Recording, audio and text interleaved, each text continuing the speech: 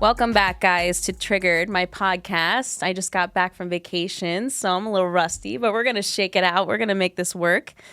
So today's topic, as you guys know, a lot of you guys follow me for fitness on my Lauren Drain Fit Instagram. And today's topic is 5 reasons you cannot lose weight. So this might be a little triggering for some, but as you see my show, we always get into little triggering topics because we like to tell the truth.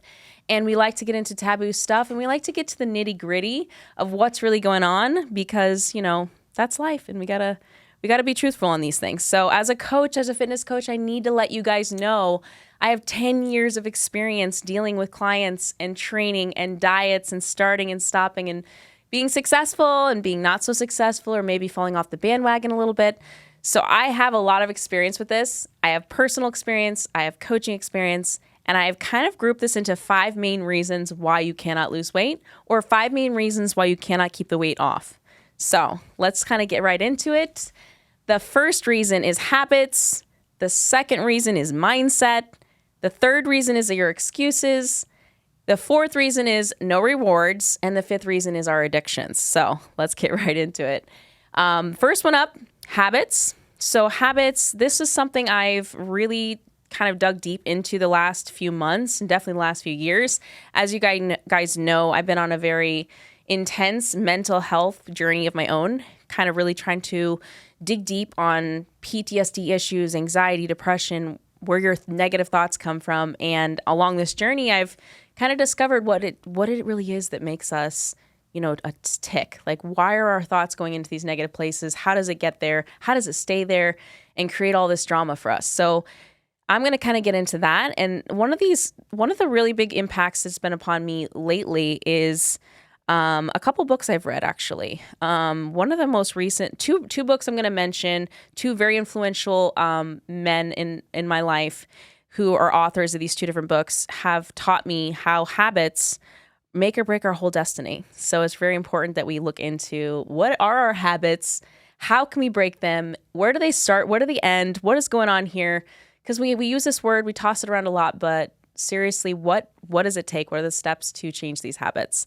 So I think it was Dr. Joda Spenza that wrote Becoming Supernatural, and he is an amazing inspirational mentor, public speaker. He's a doctor of neuroscience. He's an author. He's a researcher. He's very, very amazing at explaining the neuroscience and the neuroplasticity behind our thoughts and how they change our reality.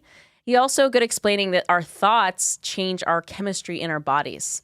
That what we tell ourselves or the thoughts that we accept into our brains and let them run, that will change the hormones that are running through our body, the cortisol, the adrenaline, you know, if we're at peace, you know, all of that is controlled by our thoughts. So it's very important that we kind of look into this. But I'll get to his book a little bit later, but he definitely is a huge influence on this. And he's basically saying our thoughts become words, our words become actions, our action become habits, and our habits become our program. And so it's very important that we take a look at what's going on in there. Like, what are we programming ourselves to believe? And something that's very interesting, because I train a lot of clients, I would say between the ages of like 18 to like 50s, there's a pretty broad range of clients, male and female, all over the world. And you're going against 18 to 30 to 40 years of bad thoughts. You're going against however old you are, that many years of programming that has taught you certain things. And it could be a lot of negative self-talk. That's a lot of things that we get exposed to in culture. It could be from society. It could be from the culture you're raised in, the family you were raised in, your own personal fears about yourself, your own personal negative talk about yourself. And you got this inner critic going on in there saying some like shit talking you all day long. And it's very disturbing. It's obviously there. That's the reason we suffer from anxiety and depression and stress and even suicidal thoughts is that little critic in there talking shit. And this is very important to every aspect of our lives, but it's definitely important when it comes to trying to change your lifestyle habits, because I can tell you right now, you're going to battle with that inner critic. And you need to know that it is a battle, and you need to know that he's in there. He, she, whoever is in there talking shit. So I think this is very interesting because I think we lose sight of this as we go about our day on autopilot of just trying to like, okay, you might tell yourself for a second, okay, I need to work out today, or I need to eat right. You know, you might just like throw those thoughts in there, but you don't realize that you're going against a program of all the things that are talking us out of it, right? So even though you told yourself once, I need to work out today, I need to eat healthy, all day long, the guy's been saying, you never stay fit. You can't really follow a diet. You like food too much. You're addicted to this. Like that, you're fighting with that person. So if you imagine if you're going to a debate with someone and you only have one line, you're not going to win that debate. You're not going to win that fight. You can't just go in there once and tell yourself, I'm going to do it today. You can't just wake up and say it once. That you won't win that debate. The other guy's going to win. He's got a lot more arguments. He's got a lot more time. He's got a lot more influence, and you've been listening to him for a lot longer. So this is why I think it's very important for us to kind of look down at the nitty gritty of it, because at the end of the day, our thoughts become our destiny.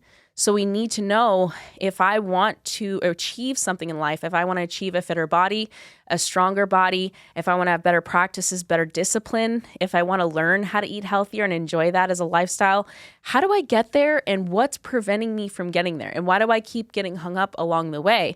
Because plenty of you guys listening to this have been there. You've started different diets, you've started the training, you've gone to the gym, you've done a personal trainer. You've put in the work, and you are not just someone sitting by watching everyone else put in the work. You've actually done it. So what's preventing you from getting there? So these are the things that I kind of wanted to get into with you guys. So, okay, so back to where we're at. You're telling yourself these negative things. I've never been fit.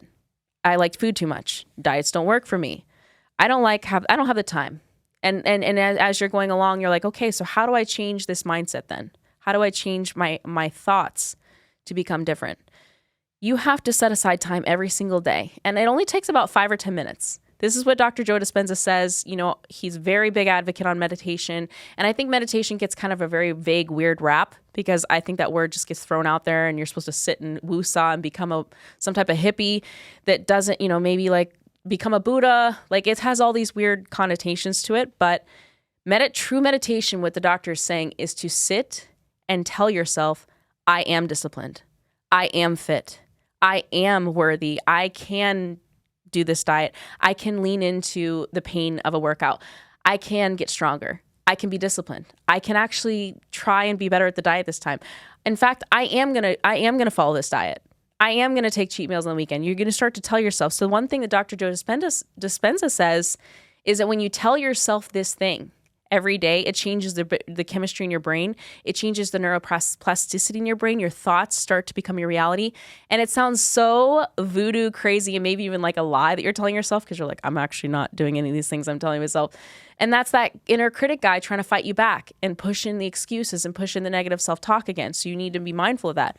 But you need to start to tell yourself, because if you just take 5 minutes every day with these positive affirmations and tell yourself, and you might not believe it right away, it might take a couple weeks or even a week to get there, you start to feel the emotion. So Dr. Joda Spenza said, not only do you change the brain neuroplasticity, and the thoughts will start to change and be rewired into a positive mindset, but your body will follow. Your body's emotions, your chemistry, your hormones will all start to shift into that disciplined mindset, because you will feel the reality. You'll start to feel uplifted. You'll start to feel the mood shift, because your body doesn't know the difference between you telling yourself you have something now versus you're telling yourself you have something in the future.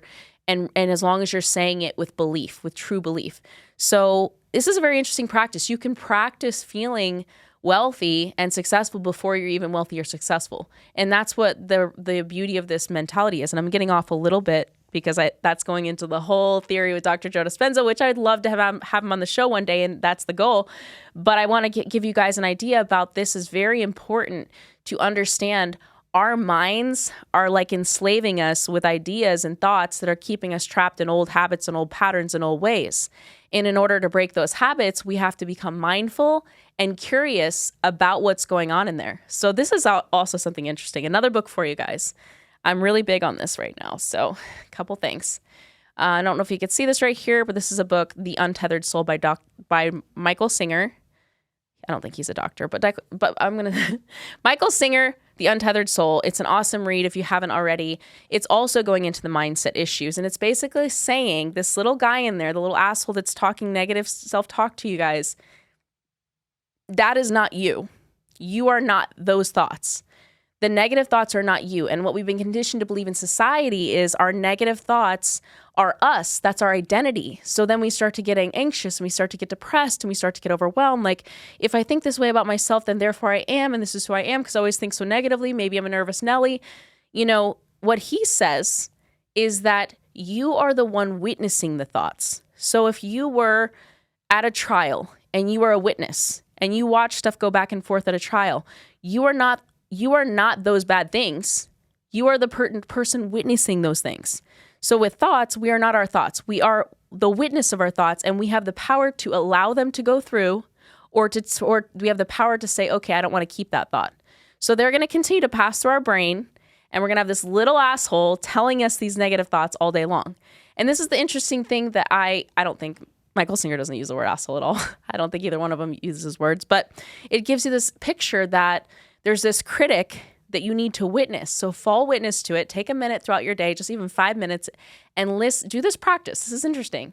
Even if you're not a meditator, I wasn't. I struggled so hard with meditation for my ADHD issues, not being able to sit still, not being able to understand what meditation even was. But sit for yourself for 5 minutes in quiet peace, no distractions, and listen to your mind.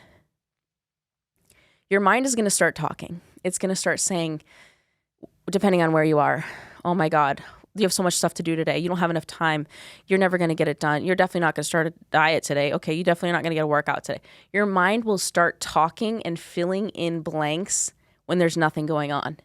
And the practice that, like, for instance, Michael Singer says is that we need to fall back, witness it. Okay, hear the little asshole talking. What is he saying? Okay, do I like this? I don't really like this. I don't need to keep these thoughts. I don't need to continue with them. I appreciate that they're there, but I don't need those today. And so you start to be a gatekeeper of your own thoughts. Now, none of us actually practice this. And it's very interesting. You'll notice if you take the time, even like I said, 2 minutes, 3 minutes, 5 minutes, start out really, really slow and see what your mind is telling you. And your mind will be constantly racing and saying all these things. Your mind will be judging you. Your mind will be judging your friends, your family, your dog. Like, you'd be surprised where it goes. And when you start to witness it, you get curious and you get calm and you get in control.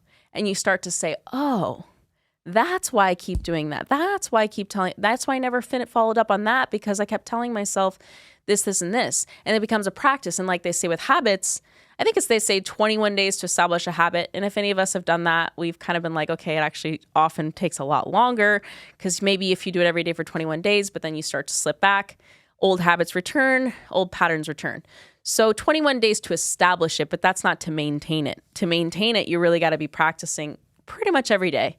So you take this time aside, give yourself 5 minutes, listen to your mind, find out what negative self-talk's going on in there, listen to it, witness it, be curious about it, and then start to gatekeep it a little bit. Okay, no. I'm practicing discipline. Okay, maybe my mind was telling me I wasn't always disciplined, but I am disciplined. And you start to rewrite that program. The old program running in your mind is the reason you don't have good habits.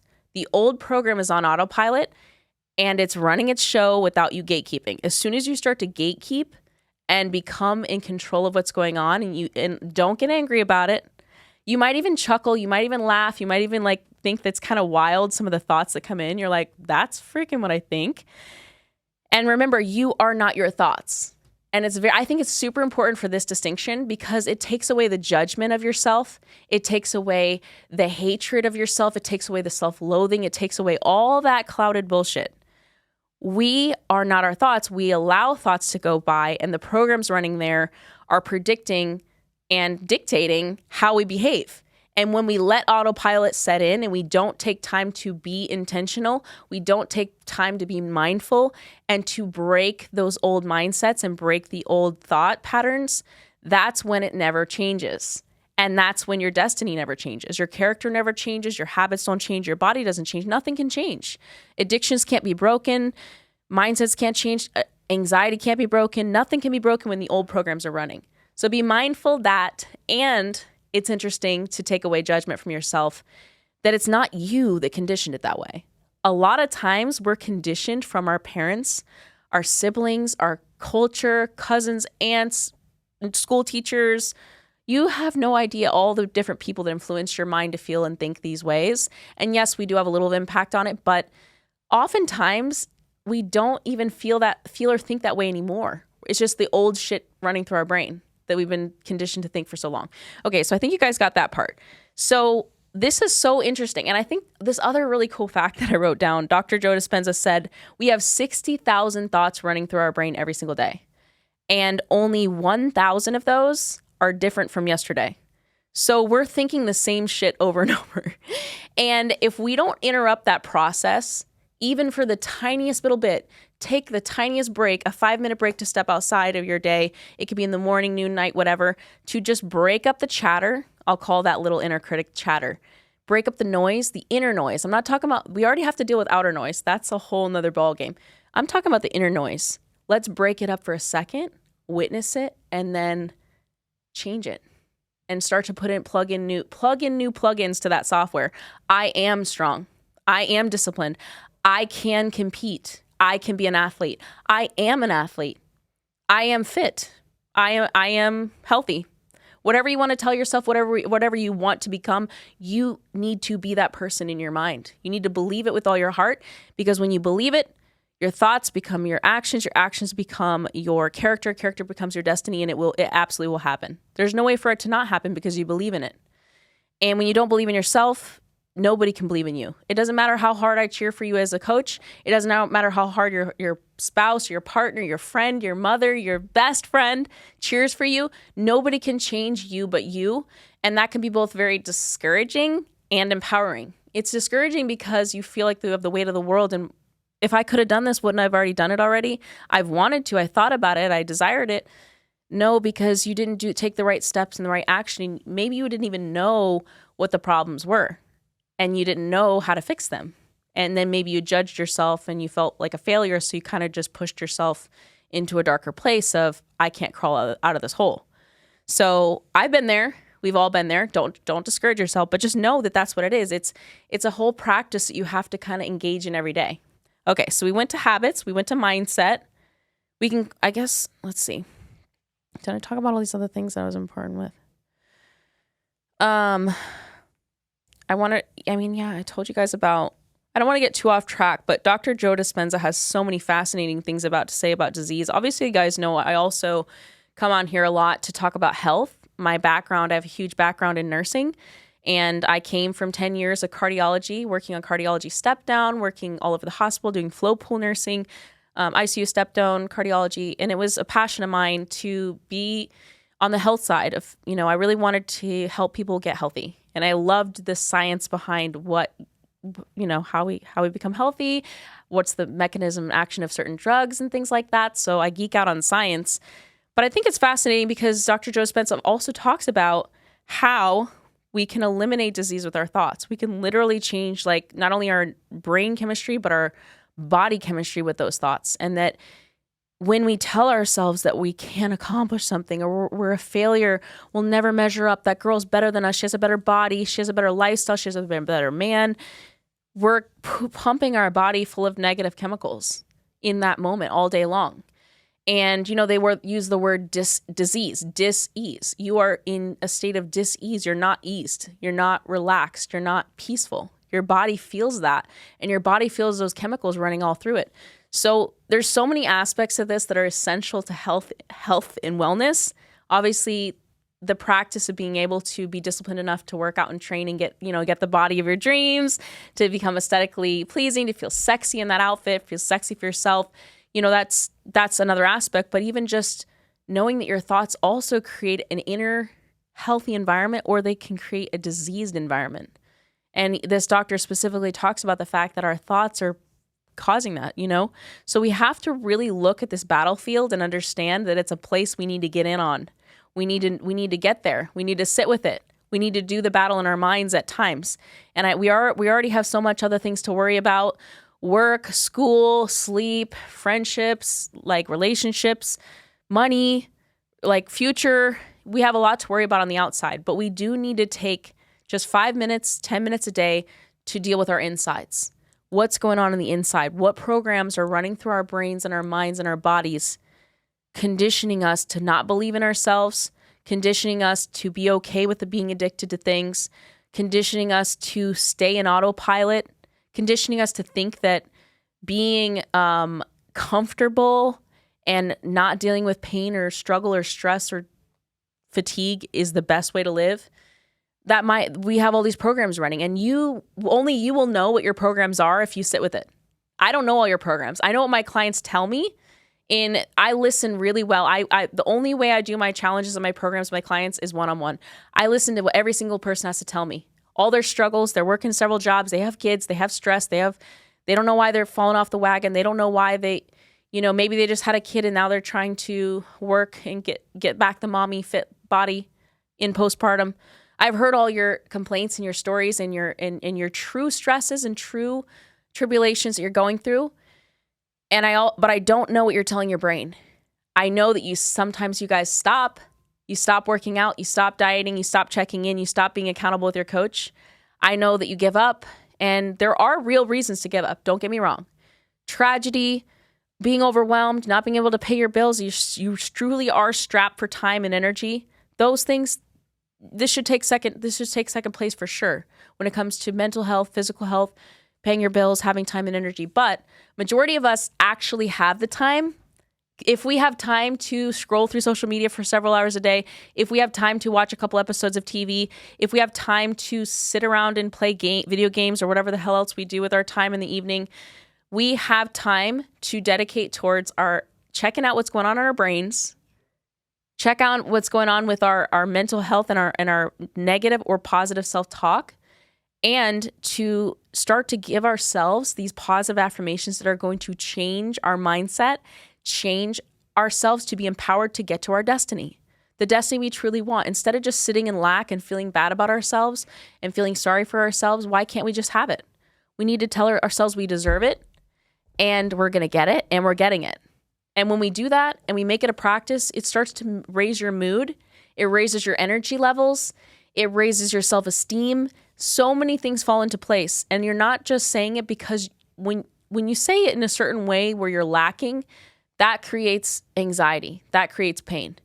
But when you say you have it because you deserve it, I am disciplined. I am strong. I am worthy.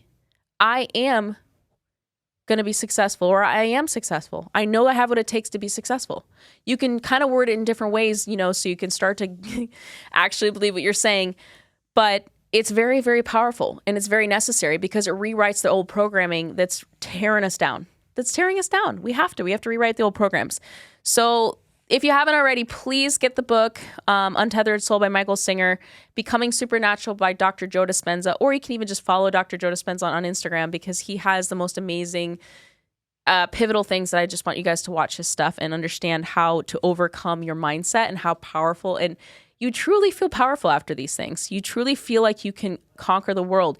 You can conquer depression. You can conquer anxiety. You can conquer PTSD. You can conquer flashbacks, trauma, things that you thought were completely in control of you and disempowering you, you can conquer. So that's really interesting. But let's keep up with so we said there was 5 reasons you guys can't lose weight.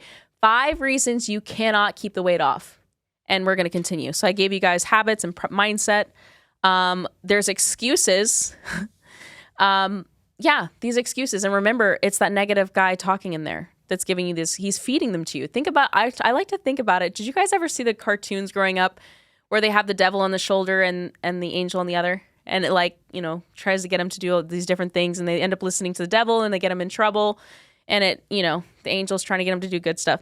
I like to envision it that way because, like I said, you are not your thoughts. Just because you're thinking it doesn't mean it's real, doesn't mean it's true, doesn't even mean you truly believe it. It means you've been believing it. You've been living on autopilot. You've been letting the car drive for you, but it doesn't mean you have to. It doesn't mean you need to. It doesn't mean that's your truest self to let the car drive for you. Your truest self is to drive where you need to go and where you want to go. So that's what I'm saying here. And with excuses, we use this word a lot too, and it kind of just gets a bad rap and everyone just lets it go one ear out the other. But it really is about that mindset and you kind of feeding it this negative stuff that lets you off the hook every 2 seconds. It's so crazy, guys. I just want you to know me personally. I'm not someone who loves to diet and loves to weightlift all the time and I can't get off unless I'm weightlifting all day, every day. I'm not that person. I do enjoy it, but it's not like getting me off to be on a diet. Like I legitimately have to work at not eating foods I like. I have to sacrifice my cravings. When a thought comes in and says, Lauren, wouldn't you love to have a McChicken sandwich with a fry? I have to say, yeah, but I'm not gonna. Yeah, but I'll do it a different time. Maybe after a couple weeks of eating healthy. I still have cravings. I still have negative self-talk. It still bombards my mind. It still enters from the outside all the time. I'm driving down the same streets you guys are driving, seeing all these advertisements for all these delicious, and I do think they're delicious. I'm not even going to give fast food a bad rap. It tastes fucking amazing when you're tired or you're hungover or you're jet lagged to just grab that quick, tasty meal. It's really fulfilling. I'm not going to lie. But I have discipline, and discipline doesn't make me better than you. In fact, we all have it inside of us. So it's a light, it's a fire, it's a flame that we can all nurture and blow on and make sure we feed that fire. We all have it. We just haven't accessed it. We haven't figured out how to get to it. We've been covering it up with a bunch of bullshit.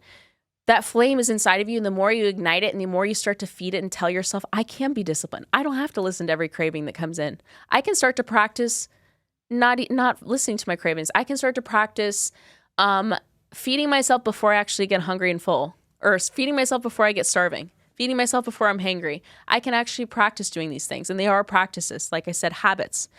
And you will have to start to go against how your body reacts, because your body's on autopilot too. So your mind has been autopilot for the whole time, and your body's been autopilot. Your body's like, I'm hungry, I'm full, I'm too full. Oh, that didn't make me feel good. I want something. Like, your body is annoying as fuck too. Like, if you really listen to it, and when you start to become disciplined, you find it quite funny when you're listening to it. And when you listen to it with a very non-judgmental mindset, you're like, wow, my body's freaking annoying and childish and really retarded. Like, it just keeps talking all the time. It never shuts up. It's like, I feel sore. That workout made me really sore. I feel bad. Like, I need a massage. Like, your body is like a child. It just won't shut up. And you have to tell it to, shut the fuck up. I'll get a massage tomorrow. And yeah, when you lift, you're sore. That's part of the process. Pain is gain. Like, let's get real. Like, it's funny how we let that dialogue like overrun us. Like, I'm done because I don't want to breathe hard and I don't want to sweat too much and taking an extra shower a day. Like, if you listen to what the mind and body is doing, it's hilarious, and it becomes actually quite entertaining to listen to this journey. And like I said, you really do need to fall into a non-judgmental mindset about it, because then you can have fun with it and you can start to listen to how you operate and how your autopilot goes, and you can like overcome it more, because you're like, that's like, if I had an annoying person next to me saying all these things to me all day long, I would just like not be friends with them anymore. I wouldn't let someone come up to me be like, in the middle of my workout being like, you're sweaty and you're stinky and do your muscles hurt? Are you bored? Does this song suck? Like, would you really let someone do that to you? You'd be like, get the fuck out of here. Like, you're annoying as shit and I can't do that. Like, it's so funny how we have that going on in our brains, and we like don't filter those thoughts, and we don't even laugh at the thoughts that suck. Like, we should legitimately like laugh at the thoughts that suck and the thoughts that are not helping us. Like, thank you for that entertaining jab, but I'm good because I'm on a fitness journey and I'm trying to get fit and healthy, and I really like feeling good about myself. So thank you, but no thank you. You know, it becomes this really interesting curiosity that you develop about yourself, and you start to look at the programs that you've been programmed with, and you're like, I don't need any of this bullshit. It's not helping me. Why am I going to listen? So excuses, you guys know all the excuses. I'm too tired. I can't get up that early. I like my sleep. I like to relax. I have to watch my TV shows at night. I need time with my family. I need time with my dog. Like, you guys will come up with anything, dude. But we all know, if we look at our screen time on our phones, how much time we spend on our screen. You could be spending that same time on your Peloton. You could be spending that same time running for a jog 30 minutes outside. An hour a day is only what they said 1%. Is it 1% of your day? No. I'm saying that wrong now. I think 0.4%. I got that completely wrong. How much is an hour of your day? It's so low that it's like, well, I think it's 4% of your day. It's low. It's so low that one hour is worth dedicating to your workout, to your fitness. Even if it's yoga, even if it's a walk, like half walk, half jog. Let's do 30 minutes of a jog, 30 minutes of a jog and 30 minutes of weights. It really doesn't consume that much of your time at all. So excuses at the end of the day, they're bullshit. And we would easily call them out if our children were using them at us, but we won't call ourselves out because that gives us shame or makes us feel uncomfortable, makes us feel awkward, makes us feel kind of stupid, makes us feel lame, maybe makes us feel weak. We need to start to deal with these things. We need to look at the mind, get curious, listen. We need to deal with the feelings that are coming up. I'm feeling ashamed. I'm feeling weak. I'm feeling uncomfortable. Okay, now what do we do with that? You're feeling weak? Well, you started this, you're going to get stronger. So you start to have like these debates with yourself and you retaliate with positive talk. And so wherever your mind is trying to go automatically due to its old programming, you give it a new idea. You say, okay, well, I get that you're feeling weak, but guess what? How strong are you going to feel if you stop working out? Not very strong. How strong are you going to feel if you keep working out and you get to talk about your PRs and you get to see your muscles growing and your physique changing? And you maybe even get to sign up for a competition with somebody. Maybe you try out for triathlon. Maybe you do a push-up contest. Who knows? The options are endless. You can have these debates with yourself and your old programming, and your new mind will always trump the old mind. Your new mind of actually witnessing the old bullshit, you'll win. That's what's cool about it. The only reason you're not winning is because you're listening to the old bullshit. And the old bullshit is on autopilot, and you're not taking control of that car. The car's just driving where it always goes, the same boring shit with the same outcome and the same destiny. Drive it somewhere new. Drive it to the gym. Drive it to the park, where we got to go. Drive it to your friend's house. You guys can go to work out on YouTube. There's a million different ways to work out nowadays, too. It's just, you don't even have, it doesn't matter where you are. You can be on vacation. You can be traveling. You can be in a hotel room. You can get a workout anywhere. So it's honestly, excuses don't even exist anymore.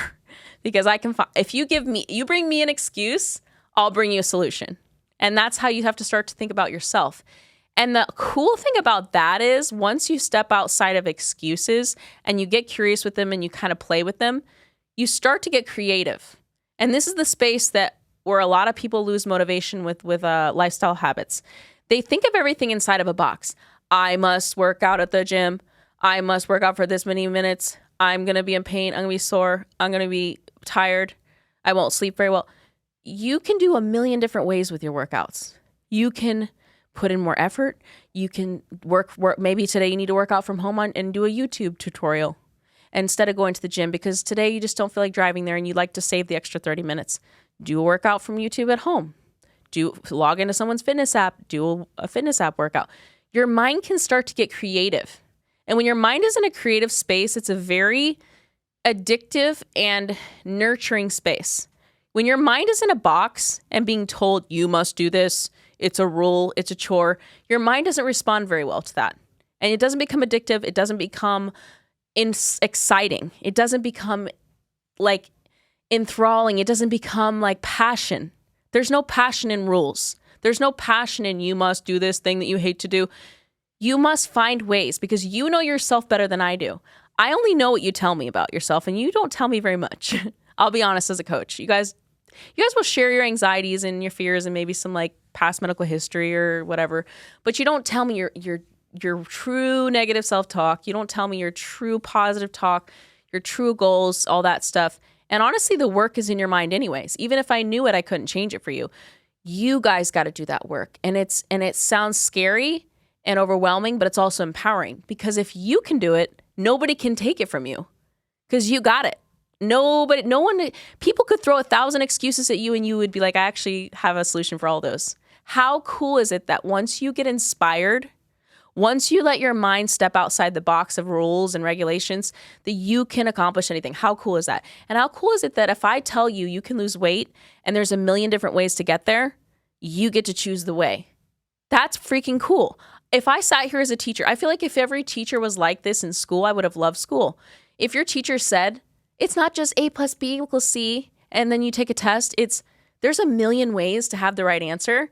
I want you guys to impress me with all of your creative answers. That's a freaking fun class. Now I get to get creative. Now I get to write a cool story. Now I get to paint a cool picture. Now I get to be creative. We are built as humans to be creative. We are built to be unique. We are built to be inspired. When we're not inspired, we don't function at our highest level and we don't get that fire inside. The fire will be dead and your habits will start to turn south. They will not be ignited. But that negative critic in there is telling you that it's not worth it. It's not worth it to try hard. It's not worth it to put in the effort. It's not worth it to go to the gym. It's not worth it to get started. It's okay to start in a box, like following certain structured rules just to get you there. But once you get into the rhythm of it, it's okay to get creative and say, okay, I'm not always going to do this workout. Maybe I'm going to throw in a couple of these arm workouts. She said to do this, but I'm going to actually, I checked YouTube. YouTube said I could do these 3 other arm workouts instead. And now you start to get creative. Maybe the next time you show up, he's like, I don't want to do the exact same thing. I'm going to do a circuit style of the exact same workout that she told me. But now I'm going to do a circuit style because I can play my music and I can get it done faster. Your mind starts to open with possibilities and your mind starts to get creative and your mind starts to make it a game. When you can get there, you are excelling and you are going to become addicted to not only the results, the process. And this is so important for everybody to see because I don't know your creative outlets. I don't know what makes you inspired. I can ask you a question, but half the time you don't even know. And that's true because you're not asking yourself. You're not sitting with yourself every morning and saying, why do I want to be inspired?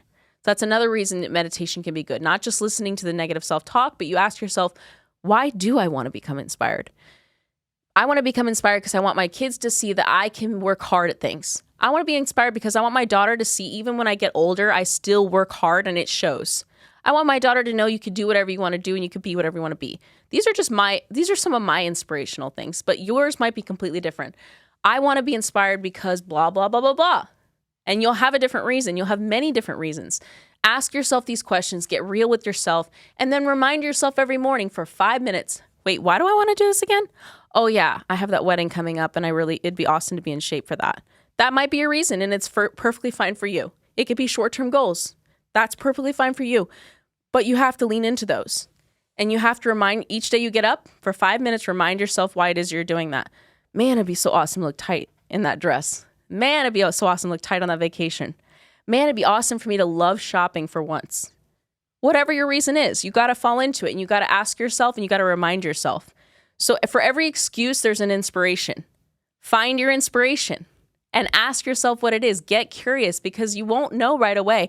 It might take you a couple times of doing this before you actually know the answer because we're so conditioned to excuses and we're so conditioned to negative self-talk that we've overrid our inspiration. We've overridden it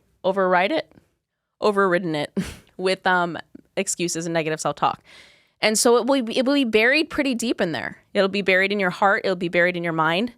And it's definitely going to be buried behind a bunch of bad patterns. So don't listen to the mind, especially when it's negative self-talk.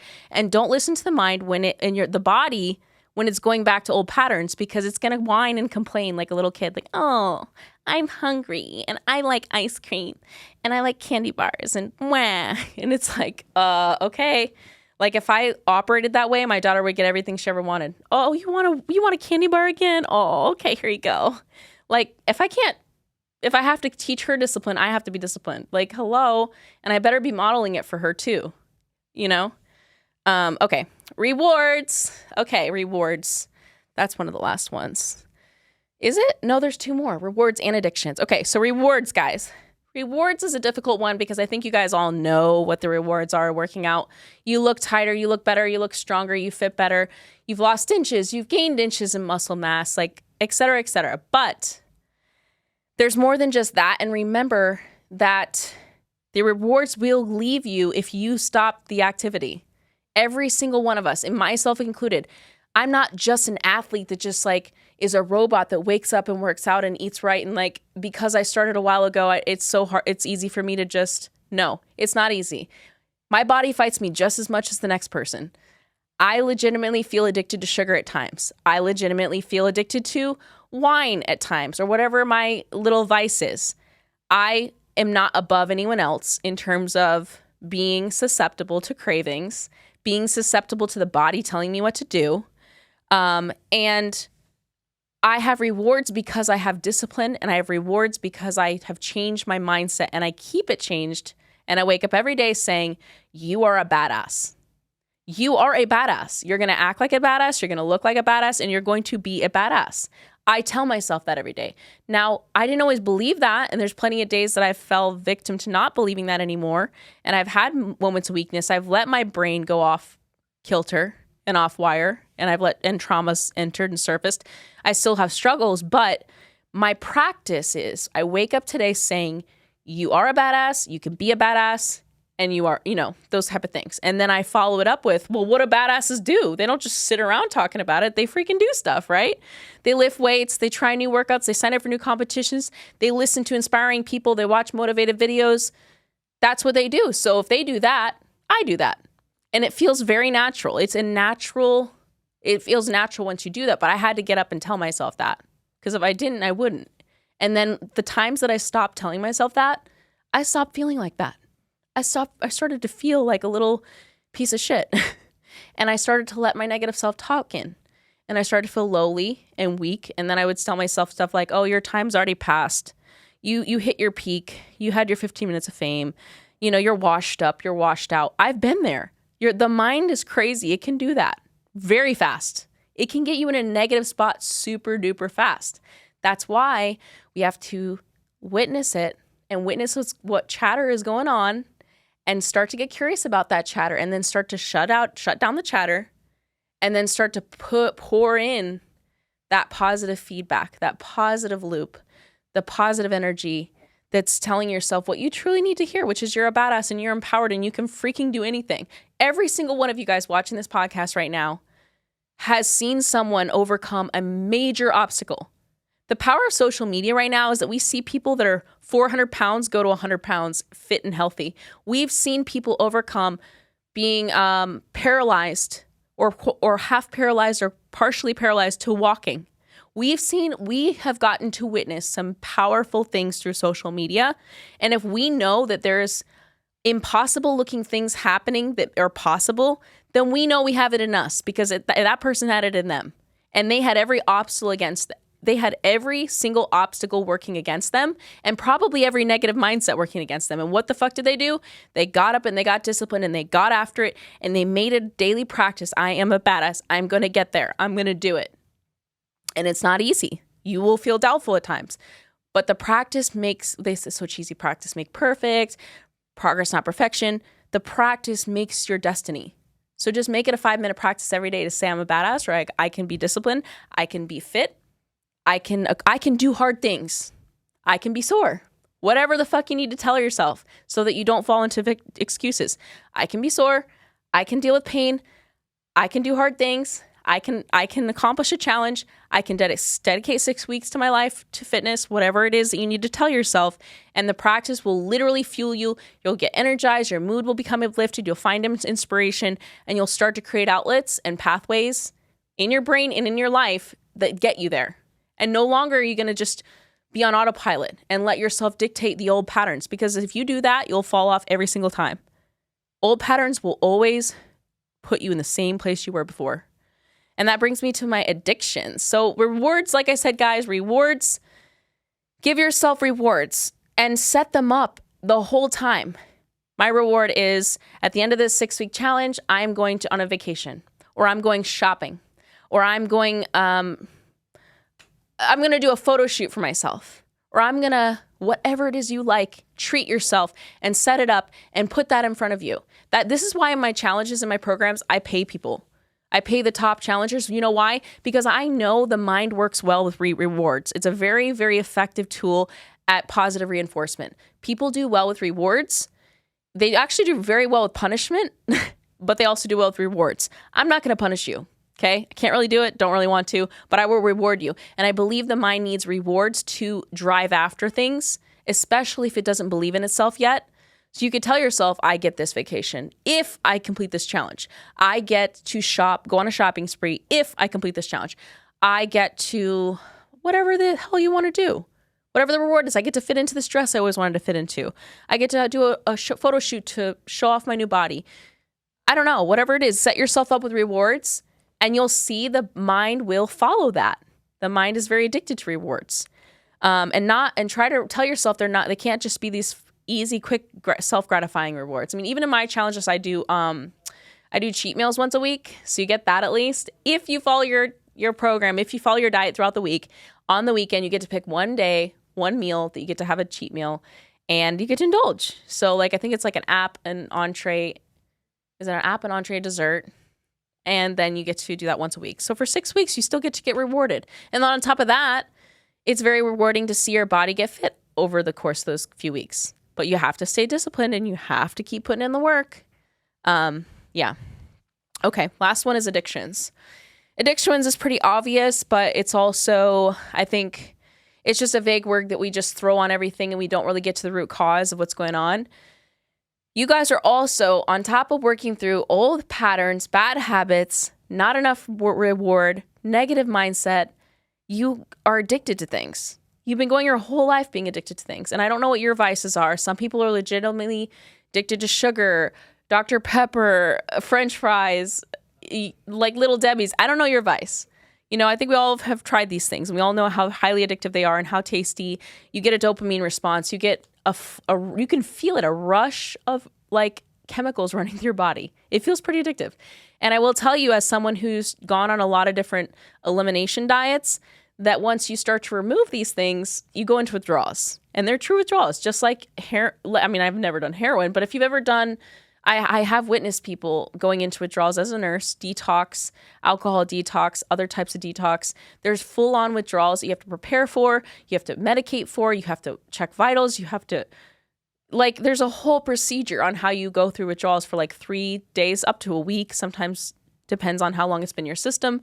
And same thing with these addictive substances. Sugar, I mean, you guys have seen these documentaries. It's not even in a like conspiracy anymore. It's not even like in a dark hole. It's like, we know sugar is like more addictive than cocaine. They've put it on documentaries right on Netflix for all of us to watch. I can't remember which one that was. Something about food. You know, sugar is highly, highly addictive. So if people are struggling with cocaine and they're having a hard time coming off of it and they're a lifetime addict, what the fuck do you think is with sugar? Sugar is the same way, and sugar is in almost all of our foods. So it's going to be another demon for us to deal with. Now with addictions, especially food addictions, you can't stop eating.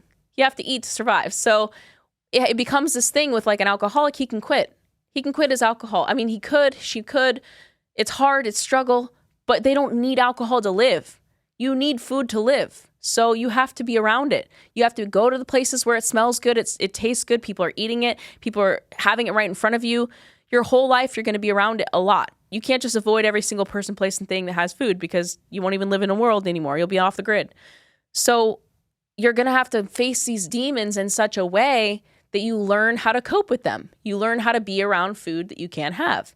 You learn how to restrict yourself at times. Like right now I'm on a diet. I'm saying no to everything with sugar. Thank you. I appreciate your party. I think, you know, however you want to say it, be probably more polite than I am because I'm just like, I'm on a diet. Sorry.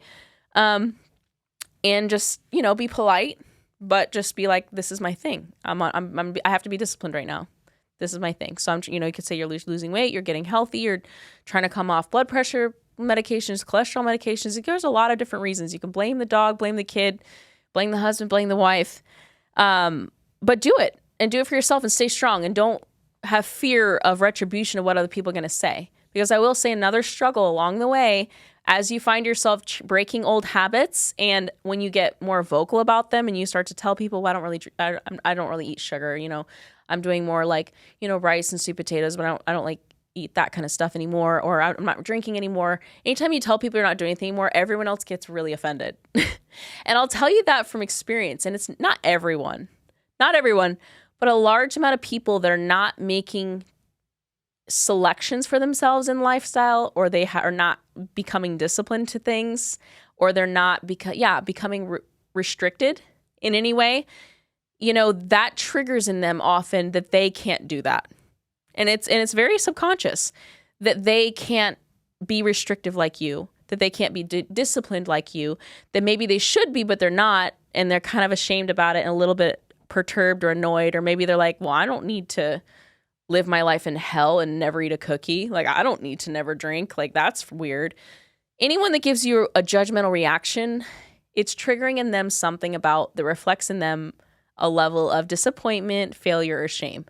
Because there's no reason for someone else to be disappointed in your journey, in your success, in your ability to start to learn how to deal with an addiction.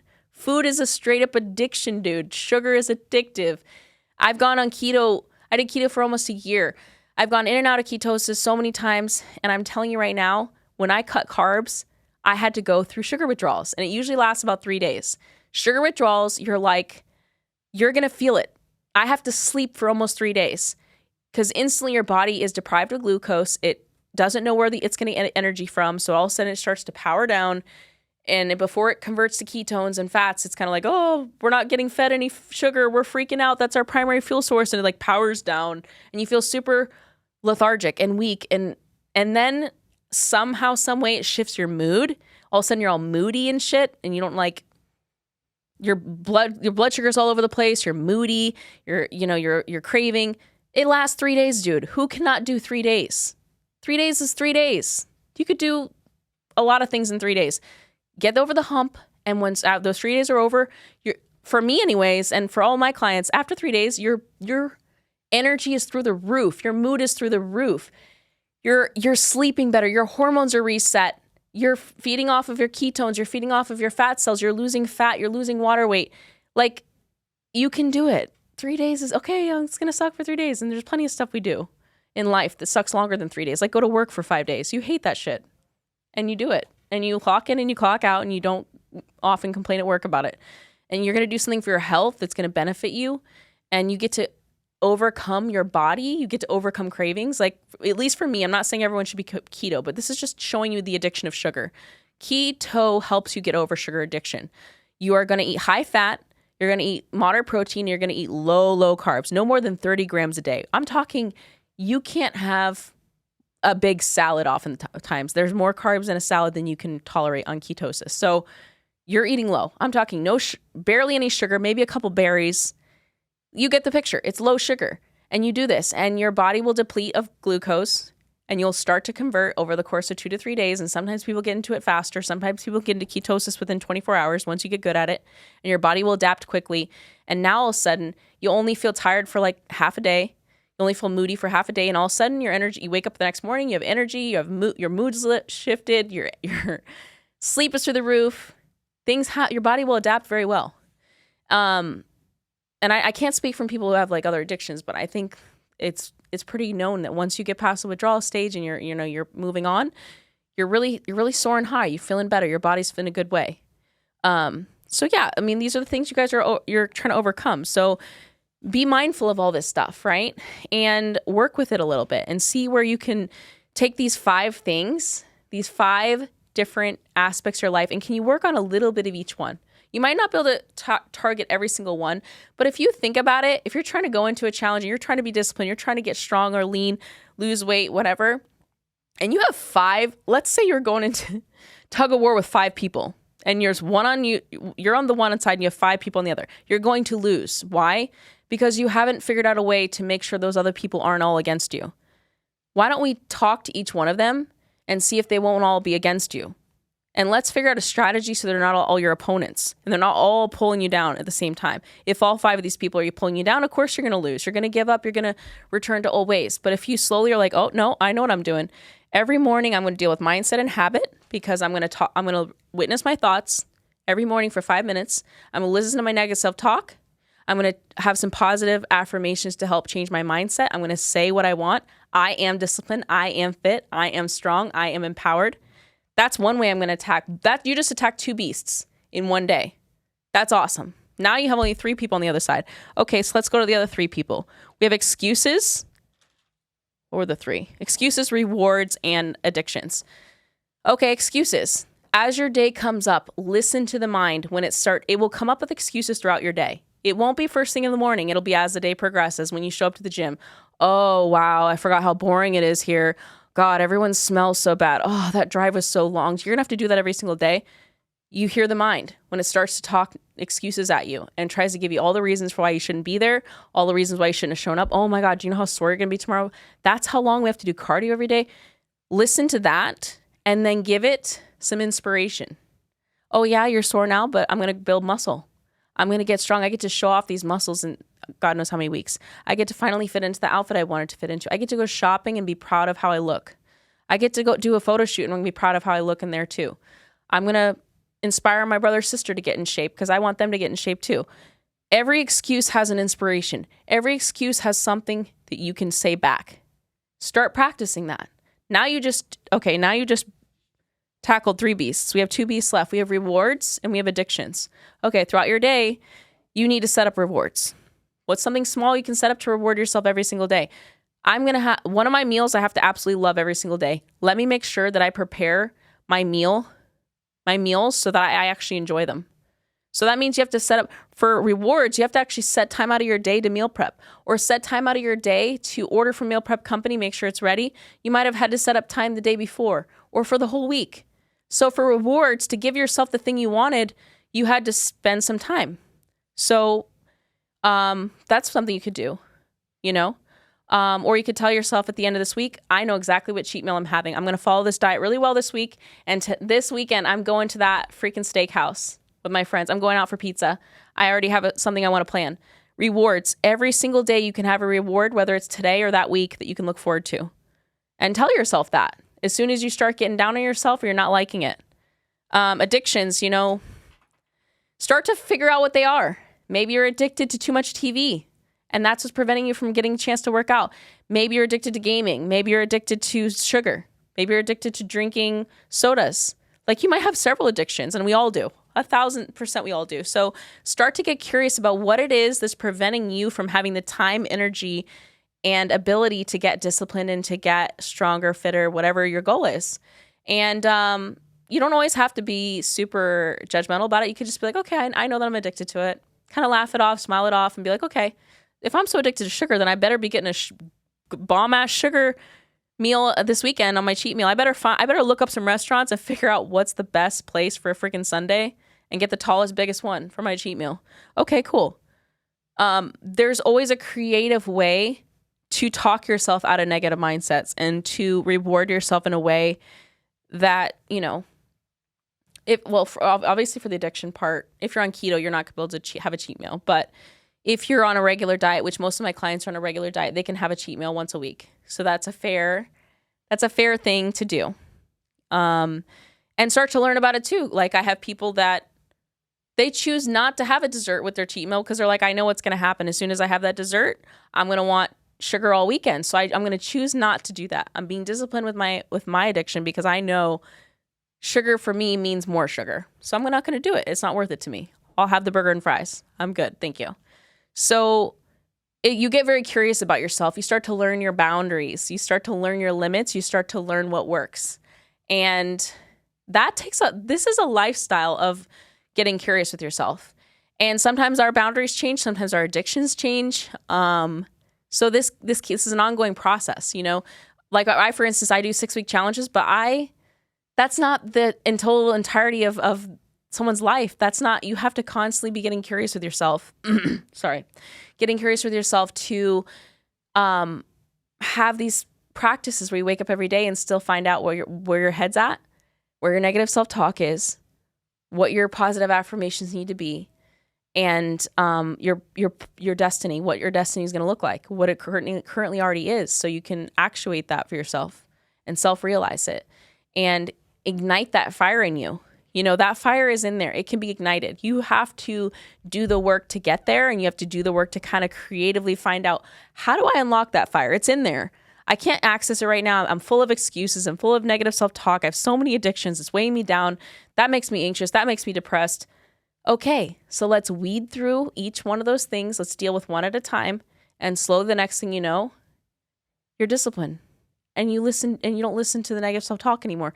You do the work. You're proud of the work. You're proud of the outcome. You're proud of how you look and feel.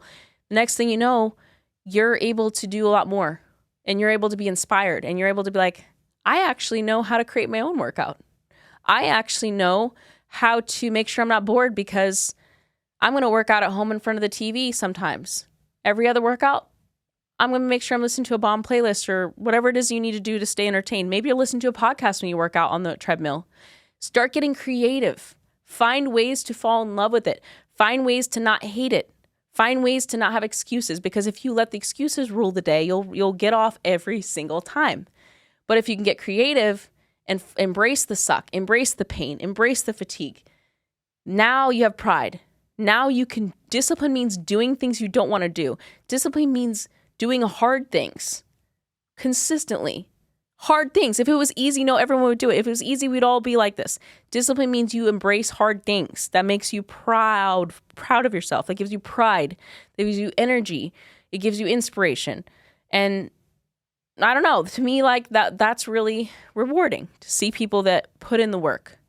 And so to me, at least, if you're able to walk into a room and look relatively fit, you're already presenting yourself as a resume. I can do hard things without even saying a peep. That's what it says to me. That person can do hard things. That person can be disciplined. That person probably has a good mindset. That person can get in control of their negative self-talk. Now, don't get me wrong. We can get on this in a completely different podcast. There are people that are obsessed. There are people that are really addicted to working out. And it's a whole like different genre of people that are take it beyond health, but more to like an obsessive place. I'm sure there's people like that too, that don't have a balance in life or a balance in relationships or a balance in anything else. But what I'm saying is, for the most part, when someone walks into the room and they carry themselves strong, fit, and lean, you're like, that person might be a hard worker. That person might be, you kind of already make an assumption that person is good at something, right? So yeah, that to me is also important too, is the way you carry yourself. Can you walk into the room with a nice posture? Can you walk into the room with a nice physique? Can you present yourself first things first as someone that knows how to do hard things? I don't know. So anyways, everyone else, you guys got to find your own inspiration. I'd actually love to hear what you guys have to say on these topics. And I'd love to hear your feedback on the books too. Please give them a look. The Untethered Soul by Michael Singer and Becoming Supernatural by Dr. Joda Spenza. Yeah, these are the main topics I had for you guys. So I'd love to hear your feedback. Be sure to tune in again to see more of my podcast, Triggered. We talk about mental health. We talk about fitness. We talk about just funny different things. I have different guests on my show that talk about their traumas and overcoming and different things. So check out the other episodes, and I'll see you guys again next time.